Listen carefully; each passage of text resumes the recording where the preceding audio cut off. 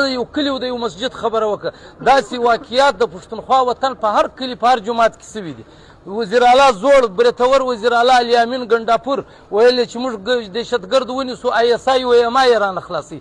زموږ خو دا امید و چې پی ټي آی به اوس جمهوري سوي د کام په دا ستونزو به خبره سوي د ریاستي ادارو په دې ظلم به بالا دوی ډېر سنجیده سوي، مګر هغه زړه کیسه ده. هغه یرغمال پارلیمنت، یرغمال جمهوریت، یرغمال وزیر اعلی، یرغمال وزارتونه، څوک چې د هغه قامي تحریک خبرې اورېدو ته نه وي تیار، چې چا په دا اوه کاله کې په درزنونو شهیدان ورکو.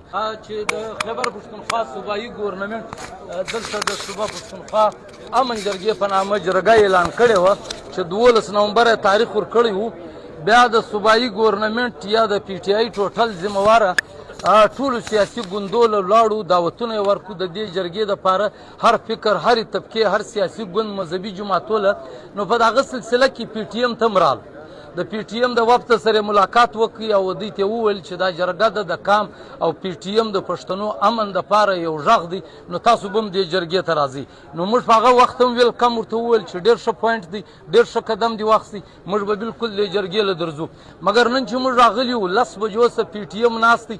پی ټي ایم دا ټیم د ټولو مظلومانو د پښتنو افغانانو انټرنیشنل تحریک دی و ټولو سیاسي ګوندو ته، مذهبي جماعتو ته، واړه غټ قبایلي هر شخصیت ته وینا ورکول سوله.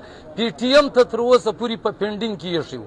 بار بار د دې یاد دهاني باوجوده د دې باوجوده نظیف لالا زموږ سپین ږیری مشر دی، دی وزیر اعلی صاحب له خپله ورل چې پی ټي ایم دې دعوت کړی دی. پی ټي ایم ته سپیچ، پی ټي ایم د امن تحریک دی. پی ټي ایم د دې امن دپاره د خیبر قامي جرګه جوړه کړې وه، په دا کې 15 شهیدان، 14 زخمیان.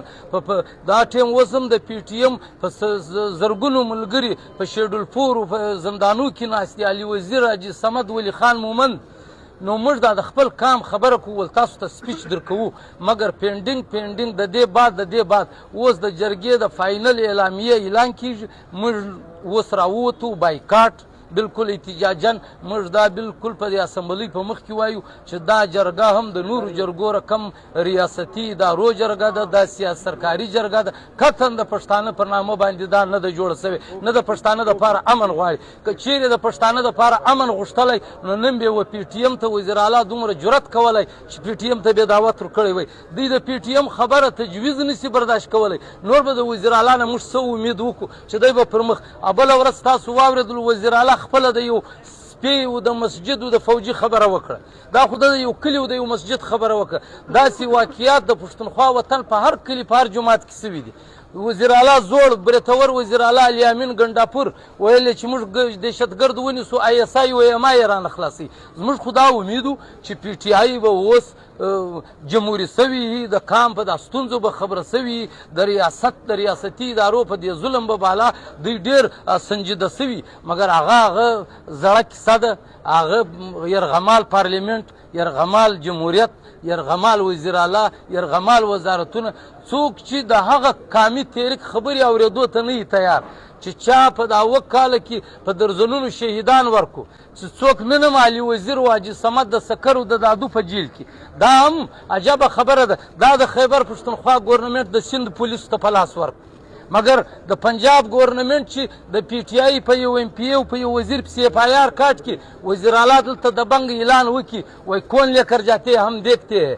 نو موږ ورته وایو چې وزیر اعلی صاحب د دا ګورنمنټ سندي پولیسو څنګه علي وزیر واجي سمد درنه بوتو تا هتکړۍ ور واچولې و سندیانو ته دې په لاس ورکړي. موږ ته دا ټول شیان معلوم دي. موږ دا خبرې کولې، موږ د کام بچان یو، موږ پارلماني سیاست وزارتونه نه راغلي. موږ د کام سره د خدای سره د کام سره وعده کړې ده چې سر مکاټیږي پر پښتونخوا وطن به موږ امن راولو. نو دومره غټ غږ د پی ټي ایم د انټرنیشنل تحریک چې په ټوله نړۍ کې منل سوی دی، نن په دې سرکاري جرګه کې چې د امن پر نامه راغوښتل سوی ده و پی ټي ایم ته د خبرې موکل نه ورکول کېږي. نو موږ ځو د دې جرګې بایکاټ کو او اعلان دا وایي چې دا سرکاري جرګه ده. تاسو دا چې بایکاټ اعلان تاسو له اجازه چا درنه کړو؟ هېڅ چا د وزیر اعلی نه ونیسي. ټول څوک ناست پر سټیج باندې څوک ناست، لاندې څوک ناست، ټول چې کوم یو سپیچ کړی دی هر یو به ویل دا موږ امن غواړو. دا یوه خبره نه کوله چې د چا نه یې غواړي.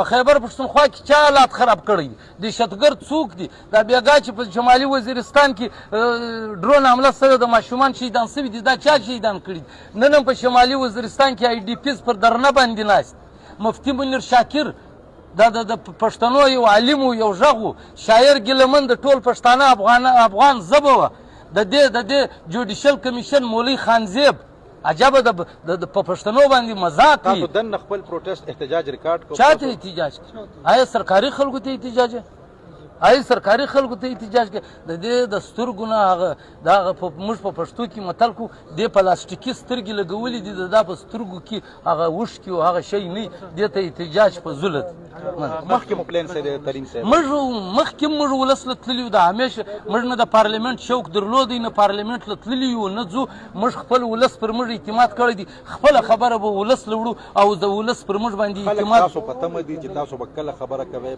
کوو به ډېر ضربې انشاءالله وکړو ډېر ضربې انشاءالله وکړو